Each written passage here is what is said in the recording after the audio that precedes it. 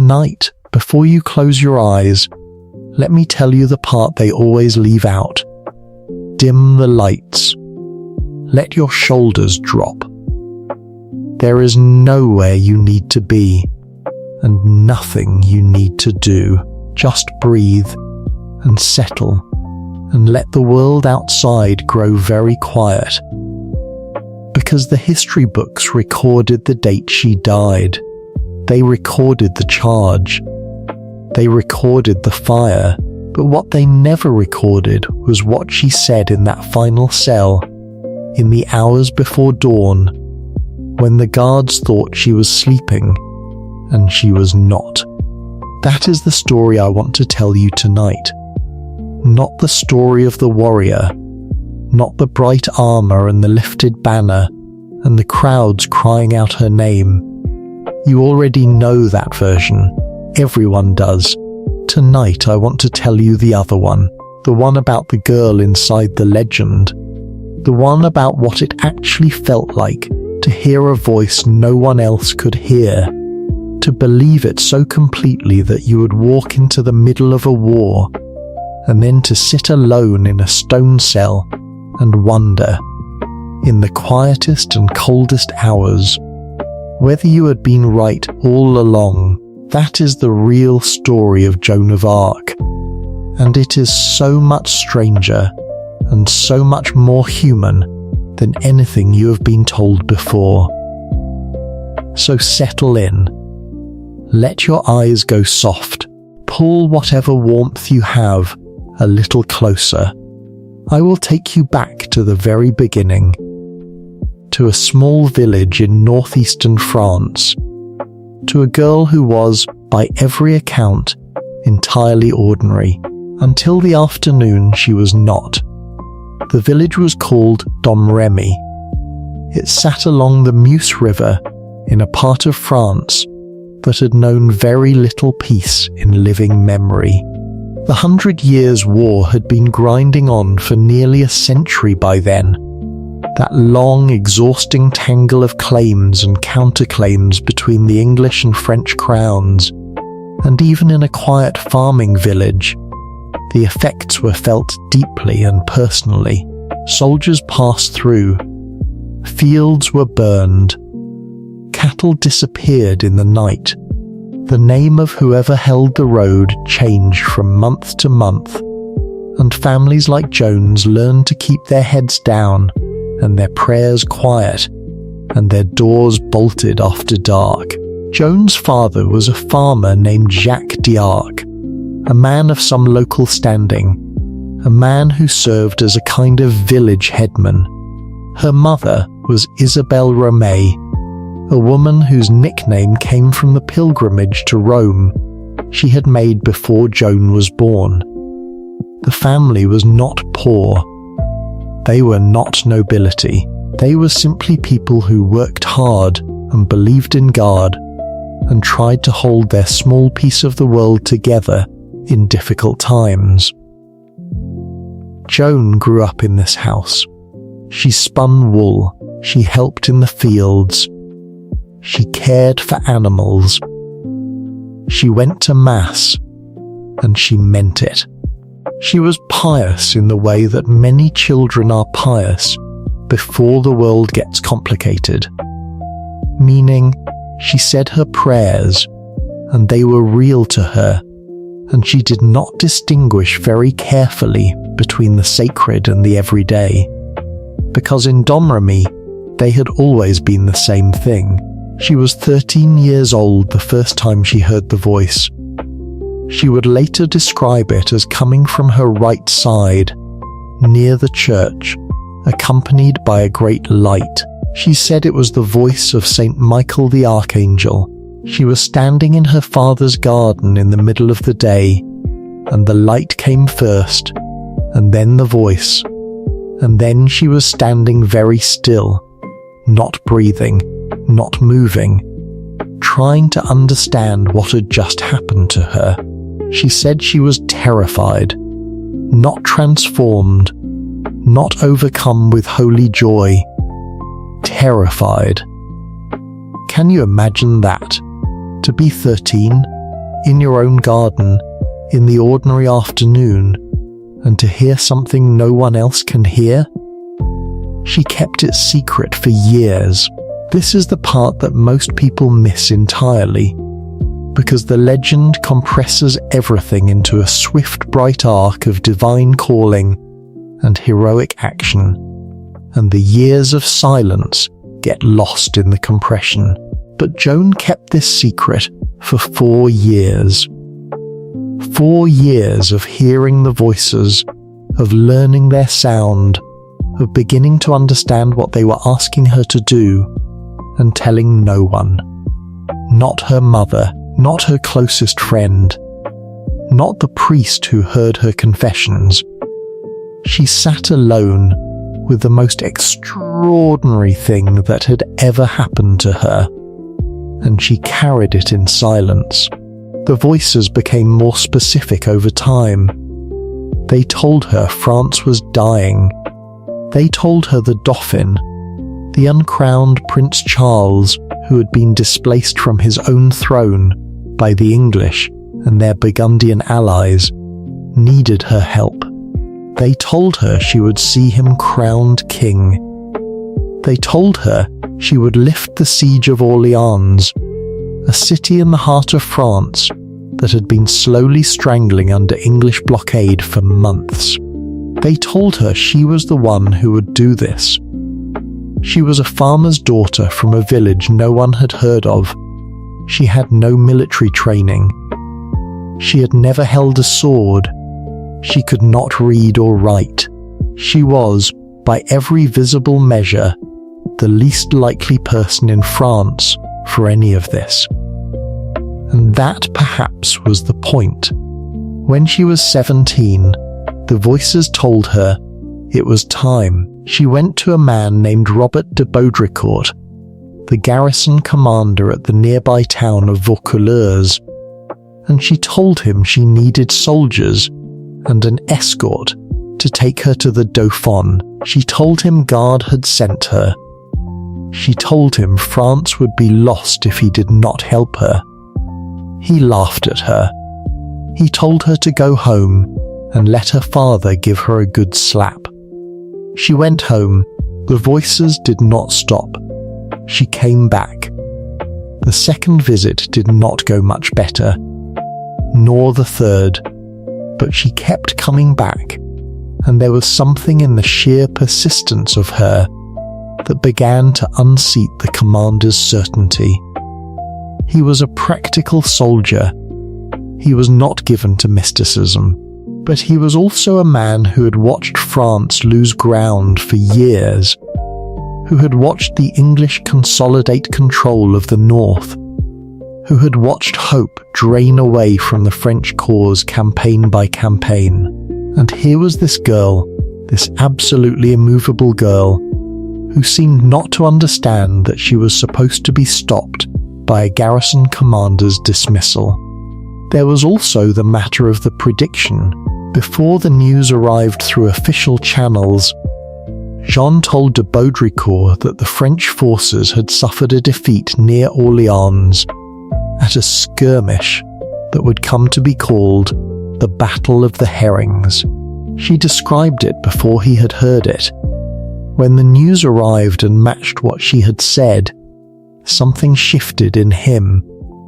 He could not explain her, and sometimes, when you cannot explain something and the stakes are high enough, you decide to let it happen. He gave her an escort.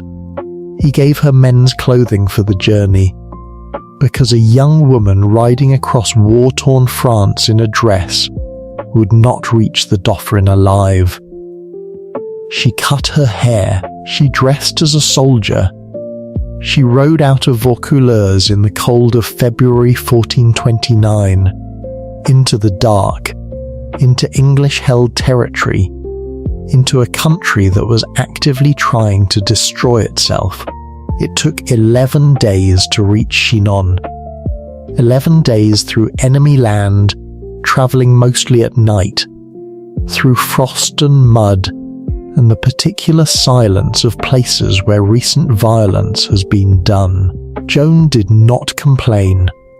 Every account of people who travelled with her, people who had been skeptical and had expected to be embarrassed by this errand, says the same thing. She was calm. She prayed constantly. She seemed not to be afraid. Whatever fear she had, and she was human, she must have had some, she did not wear it where anyone could see it. The court at Chinon received her with layers of doubt, stacked on top of a desperate, barely admitted hope. The Dauphin Charles was a complicated man. He was cautious to the point of paralysis. He had reason to be uncertain about his own legitimacy, because there were whispers, there had always been whispers, about whether he was truly his father's son, and those whispers had done their slow, corrosive work on whatever confidence he might have had. He was surrounded by advisors who disagreed about everything. He was running out of money, running out of ground, running out of time, and then into this court walked a teenage girl from a village no one had heard of, wearing men's clothes, her dark hair cut short, saying God had sent her to save France. The famous story goes that Charles tried to trick her. He disguised himself among his courtiers and let another man sit in the place of honor, wanting to see whether she would be fooled. She walked directly to him. She addressed him as the Dauphin. She did not look at the man on the throne. She looked at Charles, standing in the crowd trying to disappear, and she knew him. Then she asked to speak with him privately. No one knows what she said in those private minutes. Joan referred to it later as a sign, something she told him that only God could have revealed, something about his most secret fear, his most private doubt. Charles himself never disclosed what it was. He took that secret to his own grave. The conversation lasted perhaps 20 minutes. When he came out, his face had changed. People noticed. They wrote it down. He could not simply take her at her word, of course. This was a court, with all the politics and caution that implies. He sent her to Poitiers to be examined by a panel of theologians and churchmen, some of the most learned men in France, tasked with determining whether she was sent by God or by something else entirely. She was examined for 3 weeks. They questioned her about the voices. They questioned her about her faith. They questioned her about the details of her visions. They looked for inconsistency. They looked for the telltale signs of madness or deception. One theologian, a man who had spent decades studying exactly these questions, challenged her with a long and elaborate theological argument. She silenced him. She told him she had not come to Poitiers to answer questions, but to relieve Orleans, and if they would give her the means to do it, she would show them the sign at Orleans itself. There is a sharpness to her that even the most pious accounts cannot entirely smooth away. She was not meek. She was patient, and she was kind, and she was deeply devout. But she was not meek. Meek women did not speak to theologians this way. Meek women did not ride through enemy territory in men's clothing and demand audiences with princes. Joan was something else. She was certain, and certainty, the real kind, the kind that has been tested in private for years before it ever goes public, has its own particular quality. It does not perform itself. It simply is. She passed the examination. They found no fault in her. She was given a suit of white armor, made to her measure. She was given a banner she had designed herself, white cloth painted with the image of God and 2 angels, bearing the words Jesus and Maria, which she said she valued 40 times more than any sword. She was given a horse, and she was given an army, and she rode for Orleans. She arrived on the 30th of April 1429, entering the city by boat along the Loire River at night, and the city felt her arrival before it saw it.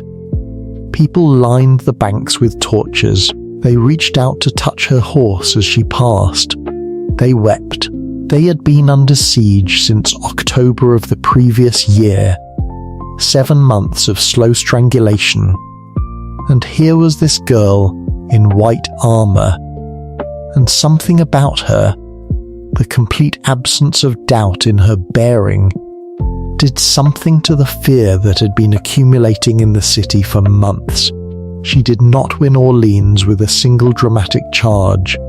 She spent the first days restless, pushing the commanders to attack, being told to wait, negotiating with men twice her age who had been fighting wars since before she was born. She sent a letter to the English commander demanding he withdraw.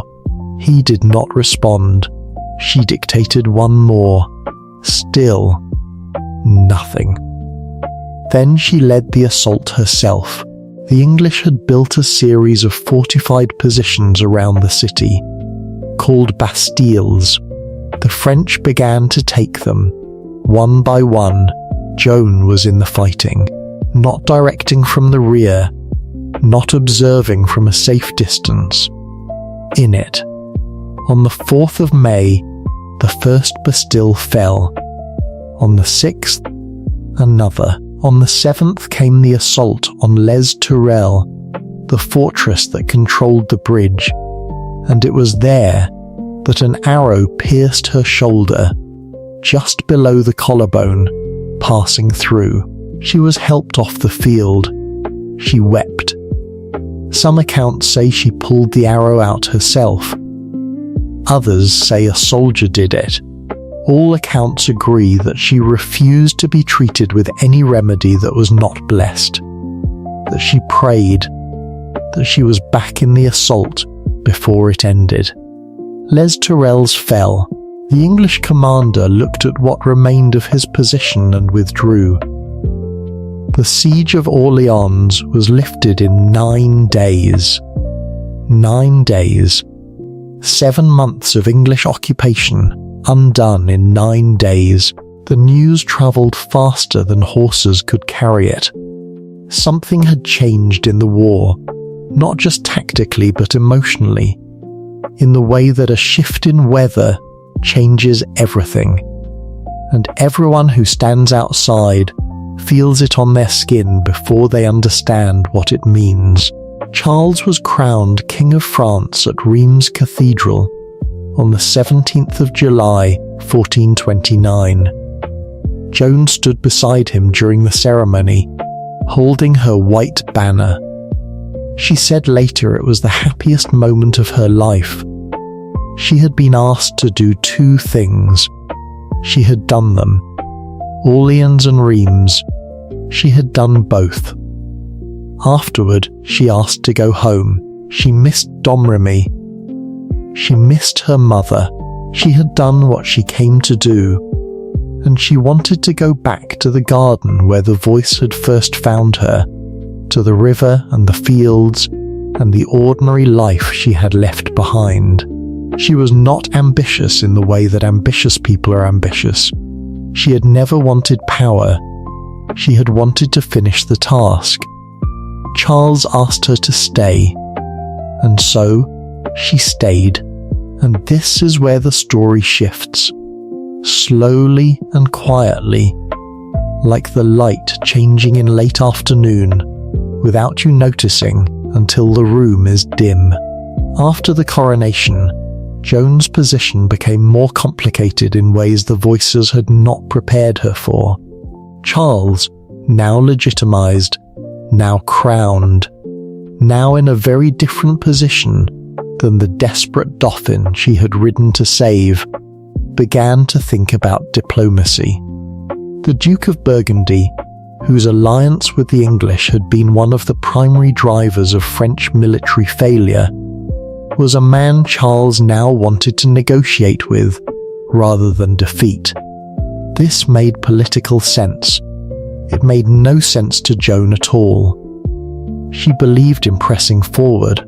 She believed the momentum was there, that the English could be pushed back further, that the campaign was not finished. She said so, clearly and more than once, to people who had the power to give her what she needed and chose not to. The court had become a different kind of battlefield, and she was not equipped for this one. She led a failed assault on Paris in September of 1429, and it was the first real military failure of her career, and she felt it in a way that went deeper than strategy. She had been so certain. She had been wrong, or at least the moment had not been right, or the support had not been there, or some combination of things that certainty alone could not fix. She was wounded again, a bolt through the thigh. She was ordered to withdraw. The months that followed were difficult and inconclusive. Smaller campaigns, mixed results. The bright arc of Orleans and Rheims began to feel, in the cold and ordinary light of winter, like something that had happened to a different version of her. On the 23rd of May 1430, outside the walls of Compiègne, she was captured. She had ridden out with a small force to relieve the town from a Burgundian siege. The sortie went wrong. The gates of the town were closed too early, cutting off her retreat. A Burgundian soldier grabbed her by her coat and pulled her from her horse. She was taken prisoner.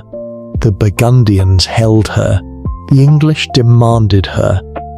The price was set at 10,000 livres. She was sold, like a commodity, like a transaction, and taken to Rouen, which was firmly in English hands, and Charles did not come for her. He sent no ransom. He made no serious effort to retrieve the woman who had saved his kingdom and stood beside him at his own crowning. The reasons for this are debated by historians. Perhaps he feared what she represented, a power he had never quite controlled.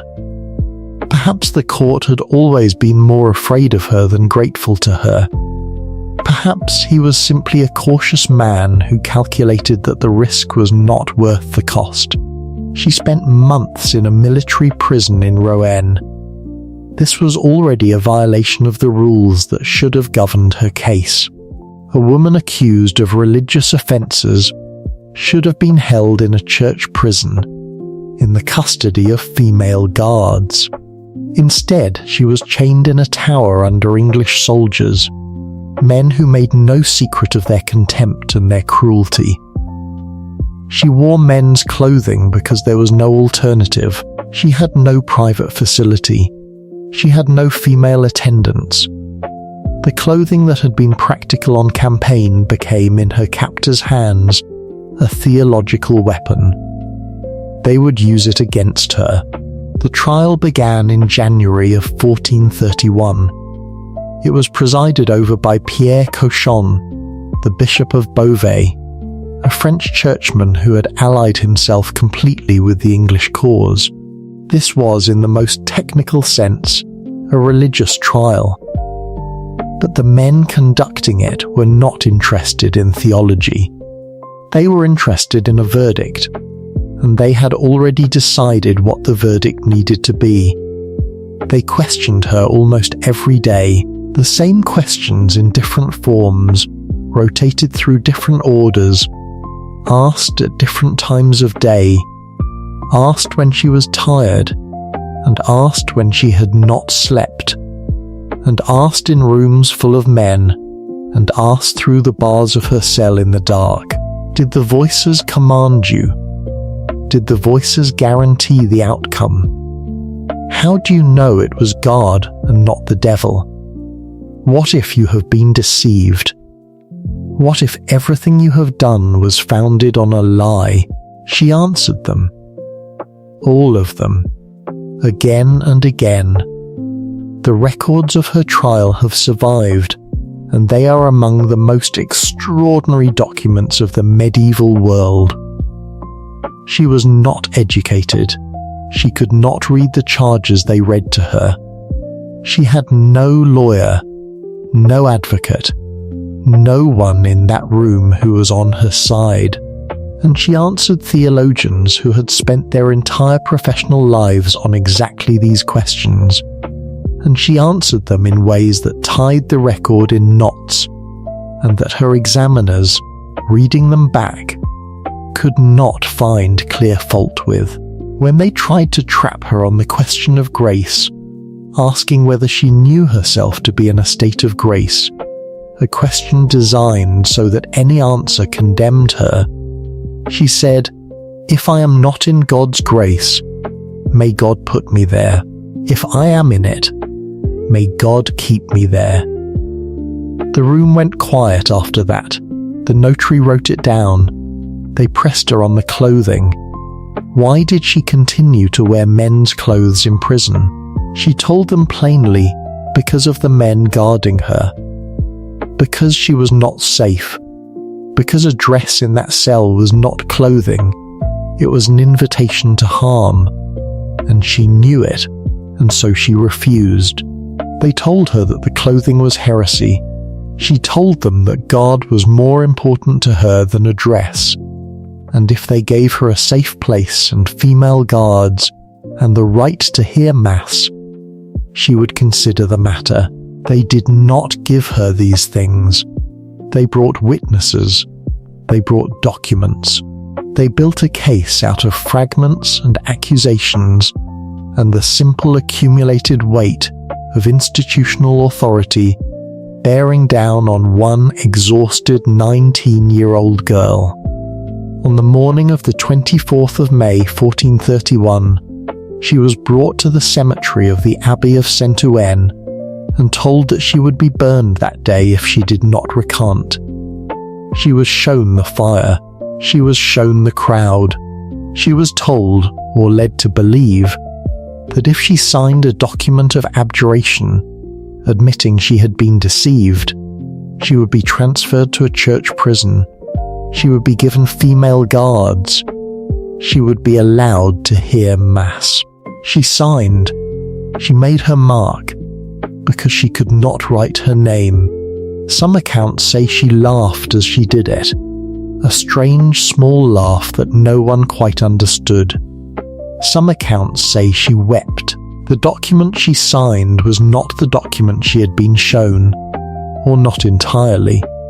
The version that went into the record was different from the version she had agreed to. She could not read it to know. She was sentenced to life imprisonment. 4 days later, she was found in men's clothing again. She said the clothing had been taken from her, and the men's clothing was all she had. She said the guards had not left her alone. She said, most importantly, that the voices had come to her in the night and told her she had done wrong in denying them. She withdrew the abjuration. The court moved swiftly after that. She was condemned as a relapsed heretic on the 28th of May. The sentence was death by fire. On the 30th of May 1431, she was brought to the Old Market Square in Rouen, and the crowd was very large, and she could see the stake and the wood from the moment she entered the square.